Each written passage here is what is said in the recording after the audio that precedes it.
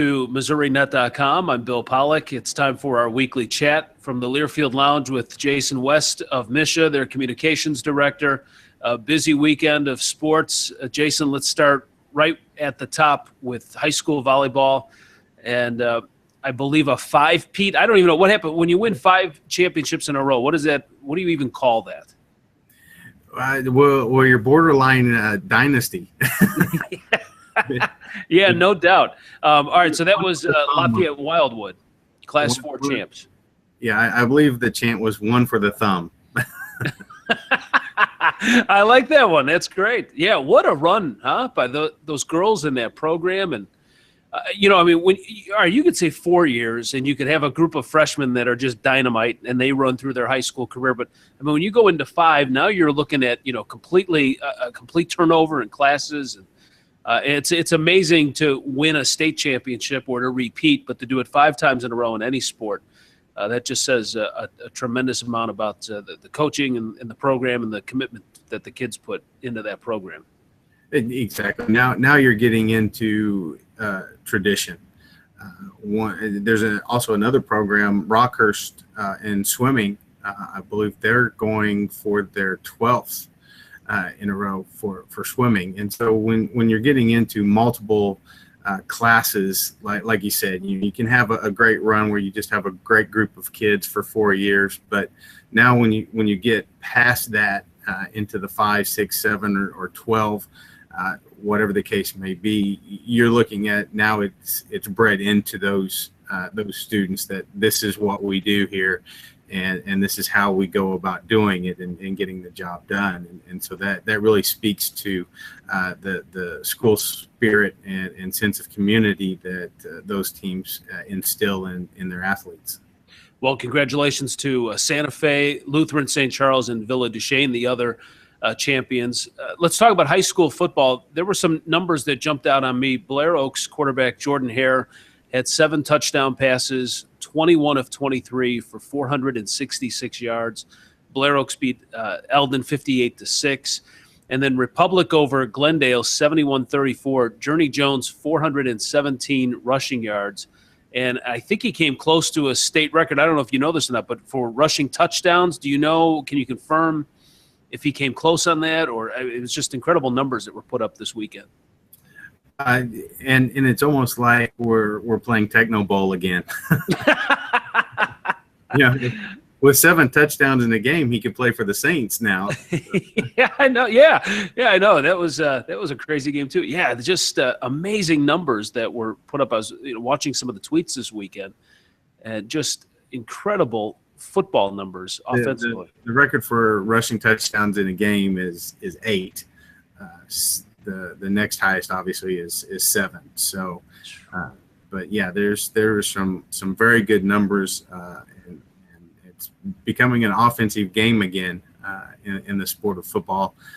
Glendale with Coach Mock has implemented a new passing game and kind of brought the run and gun mentality there.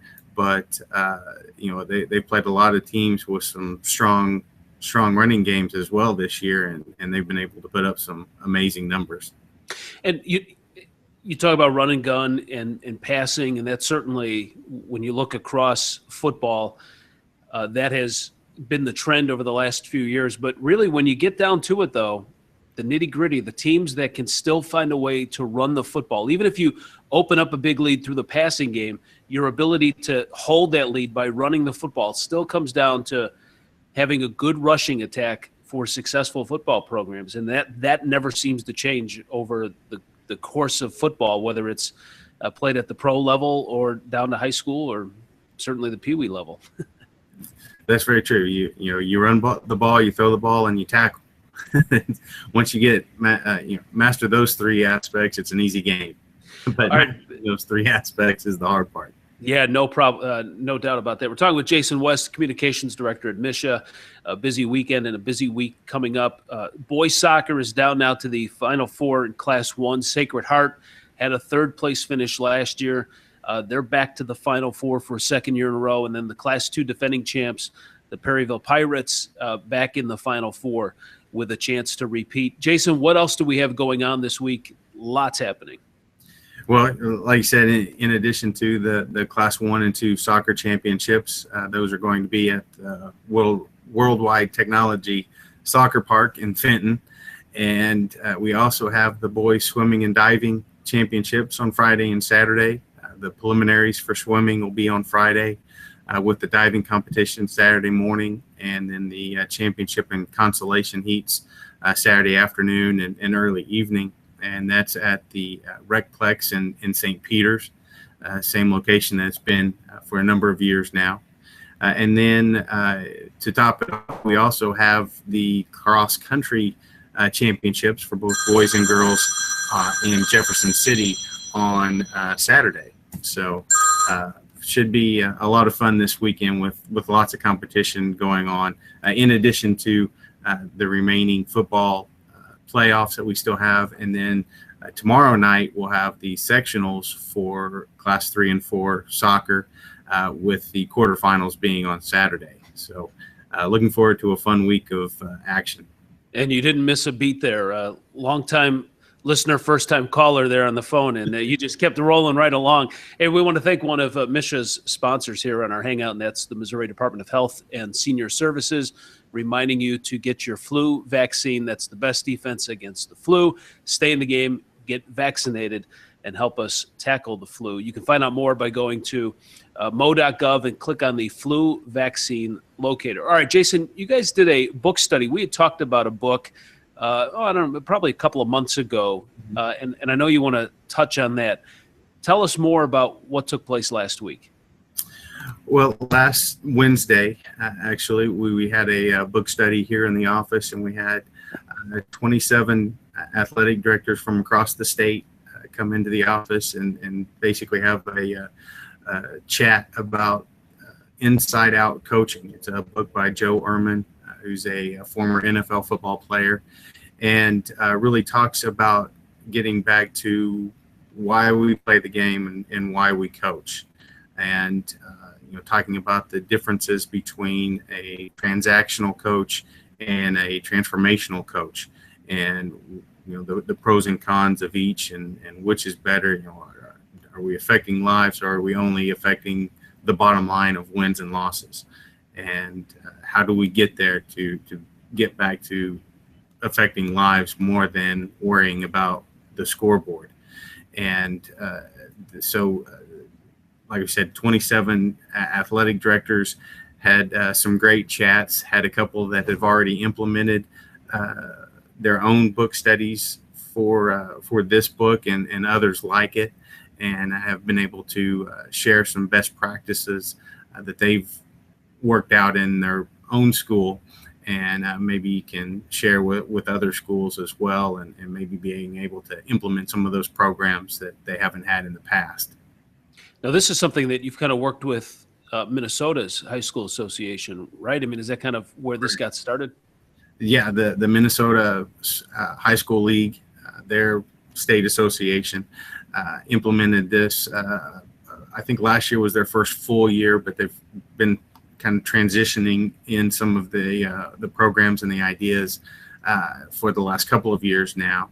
And Jody Redmond with the MSHSAA